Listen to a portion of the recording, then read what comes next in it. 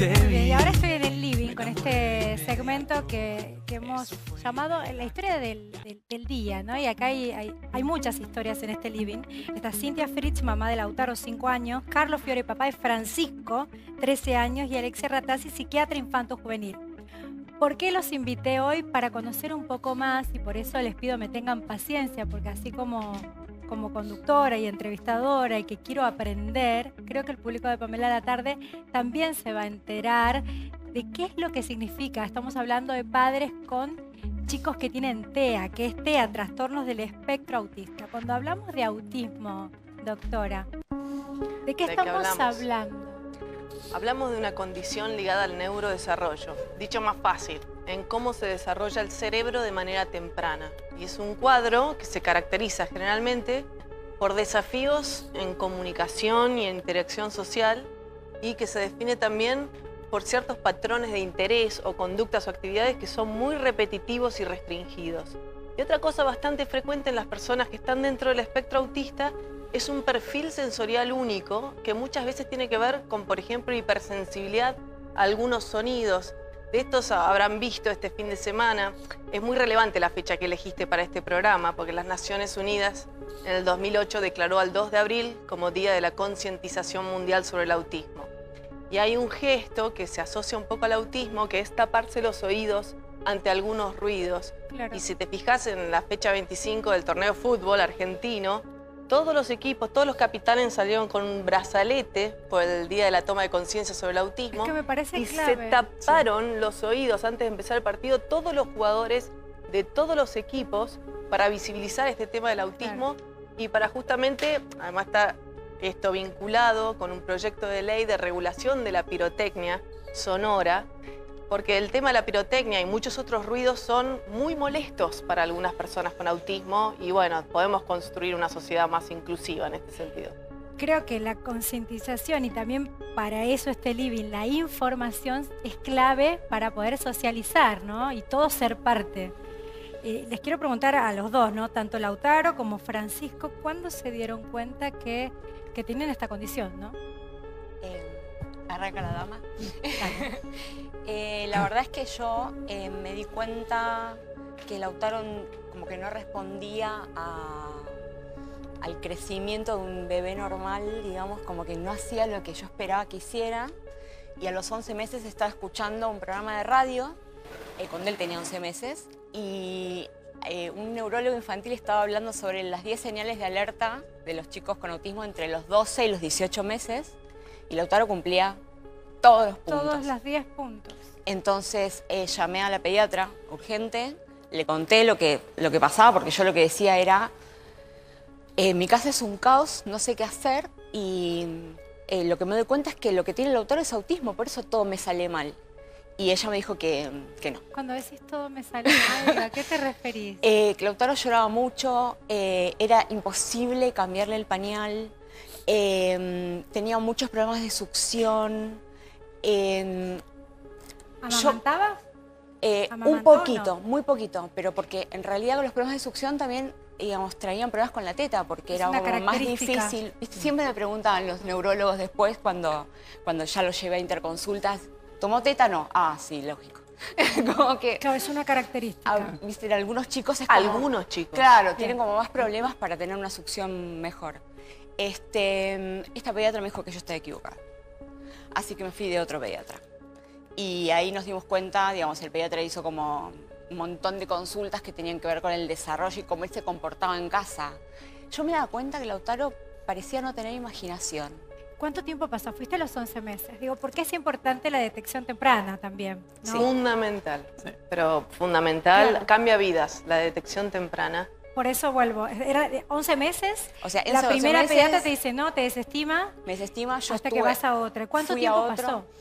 En realidad Lautaro está diagnosticado certeramente a los 20 meses, porque en el medio empezaron los estudios, ¿viste? Primero hay que descartar si tiene problemas de oído, si tiene algo en el cerebro, ¿viste? Etcétera, etcétera, etcétera. Y a los 20 meses estaba concluido de alguna manera el diagnóstico y ahí yo... Y ahí dije, empezaste a trabajar, a armar un programa ¿no? de cómo empezar. Como de ataque al problema, Sí, porque claro. En realidad, digamos, hay gente que se pelea mucho con el diagnóstico. con qué es una etiqueta, qué no es una etiqueta. Para mí el diagnóstico es una herramienta de trabajo. Bueno, pero ¿cómo lo tenemos que hablar? Digo, para hablar con propiedad, para no estigmatizar, para... ¿Qué es lo correcto, doctora? Lo correcto es hablar de condición en realidad. Claro. Lo que pasa, ¿qué pasa con los diagnósticos a veces? Es que estigmatizan mucho, ¿no? La gente se asusta con el término autismo. Si vos decís, tu hijo tiene autismo, generalmente genera como una reacción muy fuerte en una persona, ¿no? Depende un poco de qué piensa que es el autismo. Porque creo que este programa lo que apunta es a otra cosa. Justamente, la idea es como desmitificar en algún punto, ¿sí? Hacerlo algo, un concepto más amable también, que no pienses que es una tragedia y transformar, nosotros siempre hablamos del diagnóstico, de transformarlo más en una oportunidad y no en una sentencia, ¿sí? En una oportunidad para empezar a hacer cosas. El diagnóstico sirve para orientarte a decir, ok, hay que arremangarse. Trabajamos de otra manera. Y ahora hay que hacer determinadas cosas ajustadas al perfil único de ese niño. Porque esto también, se habla mucho del traje a medida, Claro. de una intervención muy personalizada e individual, porque son todos diferentes. Claro. Los chicos que están adentro del espectro autista son todos diferentes. Lo importante es tener el diagnóstico Lo más a lo más temprano temprano posible. posible, porque es donde más ellos... Papá de Francisco. Sí. Francisco que tiene 13. Francisco ¿13? tiene 13. 13 años y Francisco ya fue escolta, ¿no? Francisco fue escolta en el acto del 24, fue elegido no por las notas, sino por sus propios compañeros. Tenían que exponer que era porque él quería ser abanderado y él dijo, porque hace mucho tiempo que estoy en la escuela y porque le costaba mucho estudiar. Como a todos los chicos. Bueno, ese se ve que a los otros se generó una situación muy emotiva entre la ¿Cómo es? integradora de ¿Cómo es la Fran. educación? ¿En las escuelas es fácil conseguir un vacante? No. Ok, no, te no. metiste Tocaste justo más, eso. tocaste más muy... Tocaste un tema... A ver, No, problemón. está mejorando, es decir, pero falta mucho. O sea, Fran, uno depende de la buena predisposición de los docentes, de la institución, del distrito. Es un trabajo en equipo entre los padres, las terapias, la Los escuela, docentes tienen que los aprender. docentes. Si ustedes como papás tuvieron que aprender, Totalmente. imagínate los docentes. Tienen Sí. que volver a reeducarse, no sé, a ver... Sí, pero creo que es muy importante saber que el derecho a la educación es universal y es para todas las personas y que el norte en lo que es educación es lo que se llama una educación inclusiva y de calidad. ¿Qué quiere decir una educación inclusiva? Es una escuela para todos. O sea que hoy no está permitido, está prohibido de hecho por ley, no admitir a un niño a una escuela por motivo de un diagnóstico o de una discapacidad. Bien, Está prohibido. bien. Lo que pasa es que ocurre Por ley, pero ahora todos ¿están los días. preparadas todas las instituciones para recibir? No aún, Porque pero- si no estás preparado tal vez puede ser contraproducente o no. Claro. En realidad, yo creo que a partir de la ley, que hace unos años que está, debieran años? haberse... Discúlpame. 10 por mira, lo la menos. Convención Ok. sobre los Derechos de las Personas con Discapacidad está del año 2006, 13 años. Bueno, ¿ves? Pero que se empiece a aplicar. Y bueno, No, porque es importante. todo- ¿no? Digo, la sí, ley está, a ver, como en el todas las 2008, leyes. claro. ¿Se aplica? ley nacional en Argentina a partir del 2008, o sea, hace 11 años. No, siempre el tema de las leyes, ¿qué es lo que pasa? Uno es lo que está escrito y otra cosa es lo que se hace. ¿Sí? Del dicho al hecho hay un largo trecho, como dicen. La implementación requiere de una serie de pasos que es un proceso.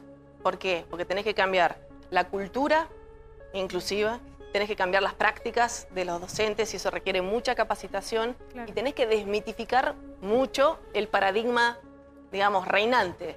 Es un trabajo que toma tiempo y que hay que hacerlo, pero bueno, Como papás, así ahí ¿cómo está. se vive? A ver. Recibimos muchas reclamos de los papás con el tema de las escuelas. Por ahí el mensaje es que no hay que bajar los brazos, que hay que seguir luchando. Fran salió de un jardín común y cuando intentamos que empiece en una escuela común, me lo diagnosticaron en un gabinete central, al EOE, fue 3 veces 10 ¿Qué minutos es y eso? me dijeron, Disculpame, ¿eh? son los centros pedagógicos de los distritos escolares, donde te lo evalúan Orientaciones, claro. Sí. para ver si podía estar en una escuela común o en una escuela especial. Bien. Bueno, ¿Qué no, te sintetizando, me dijeron que tenía que ir a un CENTES, que son centros con chicos con trastornos severos neurológicos. Entonces yo firmé en desconformidad, fui a la dirección del área de educación especial, ahí me lo volvieron a evaluar a Fran, me dijeron que, bueno, que tenía razón los papás que ellos nos podían ofrecer una escuela de recuperación, que era una escuela intermedia entre la escuela especial y la escuela común. Bueno, ahí empezó Fran. Fran venía de jardín, 20 horas semanales, a estar escolarizado 1 hora los martes y 1 hora los jueves. Todo ese año fueron reclamos, notas, y allá por octubre... ¿Y terapia? Digo, las terapias son por las afuera. hacen Claro, los chicos afuera. y ustedes también. Sí. Bueno, ¿Cómo es el proceso? en realidad, digamos, cuando te dan el diagnóstico, también hacen un diagnóstico del perfil del chico a ver qué necesita, porque todos los chicos necesitan cosas diferentes. Si necesita terapia ocupacional, si necesita fonoaudiología, etcétera, etcétera, de acuerdo a la edad y qué sé yo. Y yo recomiendo mucho que los padres también hagan terapia, porque es como un camino muy largo y necesitas hacerte una red de contención, o sea, como que todos tenemos que tener red. Los chicos, si no, quedan como ellos muy como controlados y contenidos, y los padres como que quedamos a la deriva, Pamela, en una situación de mucha soledad. Sí, me Rolo. gustaría preguntarles, yo conozco la respuesta, pero me gustaría escucharla de ustedes, porque hay mucho debate y casi a nivel de chimento sobre la relación, que son las vacunas las que en el fondo provocan el autismo. Al día de hoy se desconocen las causas del autismo, o sea, no hay nadie que te pueda venir a decir esta es la causa del autismo, porque no se conocen. Siempre digo, Sí, la tampoco persona se puede que prevenir. descubra alguna de las causas se va a ganar el premio Nobel, nos vamos a enterar todos. Ahora, lo que sí existen es lo que llama factores de riesgo, ¿sí? Factores de riesgo quiere decir cualquier factor que si vos estás expuesto a ese factor, tenés mayores chances de tener una condición determinada. ¿Cuáles son esos Entonces, factores? hay factores genéticos, que no me voy a meter porque es demasiado técnico, y hay factores ambientales de riesgo. Por ejemplo, hay 2 factores ambientales que son bastante conocidos y están consensuados, que son la prematurez es uno, niños prematuros son población de riesgo, hermanos menores de niños con diagnóstico dentro del espectro son población de riesgo, y padres que concibieron a ese hijo después de los 35 años también es un factor de riesgo. Esos 3 entre varios otros que se están estudiando. El tema de las vacunas en algún momento también se ha estudiado. Partió de un estudio falso. Sí, hay mucha... Es un mito, tema digamos. muy controversial y que hay que tener, la verdad, mucha delicadeza para tratar el tema de las vacunas porque está relacionado Porque con la lo salud primero que te dicen todos los pública. antivacunas es provocan autismo y el estudio original era falso. No, pero era Bueno, importante tu entonces, pregunta para desmistificarlo, Rolo. Es muy importante, las vacunas han salvado a Vidas, muchas por vidas, supuesto. muchas vidas. Entonces, por un lado, tiene que ver con la salud pública. Ahora, es verdad que hay ciertas personas que tienen algunas cuestiones en su sistema inmune en las cuales una vacuna, que es un factor estimulante del sistema inmune, puede tener un efecto adverso, por así Claro. decirlo. Eso no significa que vacunas a todo el mundo le provocan un... Lo que hay que hacer es tratar de identificar a aquellas personas que tienen un terreno vulnerable en cuya persona puede ser una vacuna un insulto. ¿Se Clarísimo. entendió? Sí. Porque es muy importante Quedó esto aclararlo, clarísimo. ¿sí? Yo antes de despedirlos, primero agradecerles su tiempo, gracias por colaborar con la información y para el público, que digo, ¿cómo podemos nosotros acompañar? ¿Cómo podemos nosotros los padres, nuestros hijos que van al colegio, cuando se sume algún chico con TEA, qué es lo mejor? ¿Cuál es el mensaje para el público de Pamela La Tarde? En realidad, a mí me parece que el punto fundamental es que debemos dejar de usar la palabra inclusión como algo políticamente correcto, como algo que decimos y después en la práctica... Pero ¿cómo es en la práctica? Por eso digo, vamos a cómo tener que... En realidad es como sociedad. sencillo. Mira, los padres somos el ejemplo vivo de los hijos, porque nosotros decimos una cosa, pero en realidad los pibes se fijan en lo que haces. Claro. Entonces, si vos, papá, agarrás el auto, lo estacionas en una rampa, te bajás a hacer una cosa, no sé qué, le estás impidiendo el paso a una persona que no ve, a una persona a usar en silla de ruedas, etc. Seguro. El pibe está viendo que el papá piensa que está bien lo que está haciendo, que no le importa el otro, etcétera, etcétera, Claro, etcétera. el Entonces, ejemplo. ¿Pero qué hay que hacer? Nosotros- Vuelvo. En la escuela, Fran es uno más. Por ahí Claro. el mito lo tenemos nosotros los Claro, adultos. porque los chicos no lo tienen. Los chicos lo tienen a Fran Eso desde es primer genial. grado y siempre están a la expectativa de Fran. Hoy Fran es uno más, pero en su momento se acercaba a Fran, que hablaba poco, y el tema de la cartuchera, y las chicas le decían, ¿querés un lápiz? Sí. ¿Viste? De ese a hoy a ir a cumpleaños, y ya saben cómo es Fran, o tuvo una salida a una hamburguesería y es uno más. O sea, Claro. el tema por ahí pasa más por los adultos, Bien. pero... Bien. Mi le mensaje, acompañamos. Sí. yo creo que tiene, lo que le podés pedir a la sociedad, sí, es un tema de actitud. Y tiene que ver con la amabilidad en el trato, tiene que ver con el respeto y tiene que ver con preguntarle a las personas que más conocen Sí. al niño o a la niña, con preguntarle Sí. qué es lo que les interesa, qué es lo que les molesta, cómo pueden ayudar. Es fácil. Como hacemos con cualquiera de Exactamente. Hay algo que quiero mostrar para darle un cierre y es un video de Iván, yo lo compartí desde mis redes sociales el 2 de abril justamente. Iván es baterista, tiene una banda. ¿Podemos escuchar un poquito? Sonido. Iván tiene unos ojos. Y me parece que el mensaje es este, ¿no? Superan muchos más obstáculos que nosotros, son ejemplo en un montón de situaciones. Entonces más como me parecía valioso poder mostrarlo y contarlo y no sé, no te gusta la palabra incluirlo. Entonces, ¿cómo lo digo? Convivencia. Compartamos. Convivencia. Bien. Convivencia. Muchas gracias, No, muchísimas gracias a ustedes gracias. por